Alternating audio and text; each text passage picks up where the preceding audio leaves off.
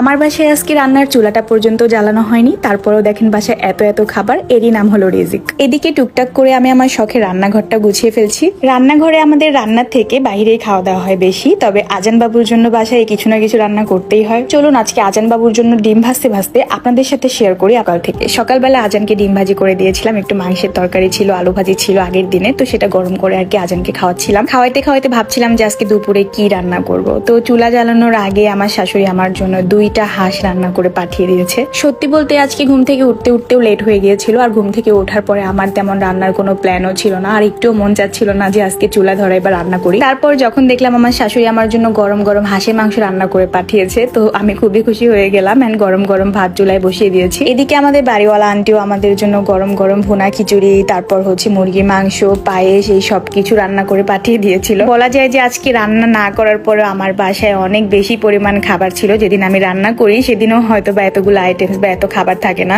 এরই নাম হয়তো বা রিজিক। বাসায় এত এত খাবার রেখেও আমরা বাইরে আসছি ফাস্টফুড আইটেম খাইতে। তো অনেক বেশি গরম ছিল, ভাবছিলাম যে একটা রেস্টুরেন্ট হয়েছে ওখানে যাব, বাট ওখানে হচ্ছে নন এসি, মানে ছাদের উপরে সুন্দরভাবে ডেকোরেট করা, বাট ওখানে যাইনি, ঘুরে ফিরে সেই এসি করা রেস্টুরেন্টে চলে আসছি। এত বেশি গরম ছিল যে কোনোভাবে নন এসি কোনো রেস্টুরেন্টে যাওয়া বা বসে থাকা খাওয়া দাওয়া কোনোভাবে পসিবল ছিল না। তারপর এই তো আপনাদের ভাইয়া পাস্তা অর্ডার করেছিল এন্ড আমি বার্গার, দেন খাওয়া দাওয়া শেষ করে আমরা আবারও বাসায় চলে আসি। বাসায় আসার পরে আমি বিছানায় শুয়ে শুয়ে আমার এই রুমের হচ্ছে এই কর্নারটা দেখতেছিলাম, মানে এটা আমার কাছে তো অনেক বেশি পছন্দ আর আপনাদের কাছে অনেক বেশি পছন্দ হয়েছে। শুয়ে শুয়ে একটু বোর লাগছিল, ভাবছিলাম কি করব, পরে রান্নাঘরটা টুকটাক করে একটু গুছিয়ে নিচ্ছিলাম। আমার হচ্ছে বলা যায় যে আমার মনের মতো রান্নাঘর বানানোর জন্য আসলে যা যা দরকার সবকিছু আমি অনলাইন থেকে নিয়েছিলাম। এই দেখেন রাত্রেবেলা যে রান্না করব সেই ইয়াটাও আমি পাই নাই। আমাদের 3 তলার যেই হচ্ছে ভাবি ছিল তার ছেলের বার্থডে ছিল, সেই বার্থডের জন্য আমাদের হচ্ছে খাবার দিয়ে যায়, বিরিয়ানি, দেন কেক, পায়েস। আজকে আসলে এত পরিমাণ খাবার উপরে ছিলাম যেটা বলার বাহিরে, বাসায় চুলাই ধরায়নি, তারপরও এত খাবার।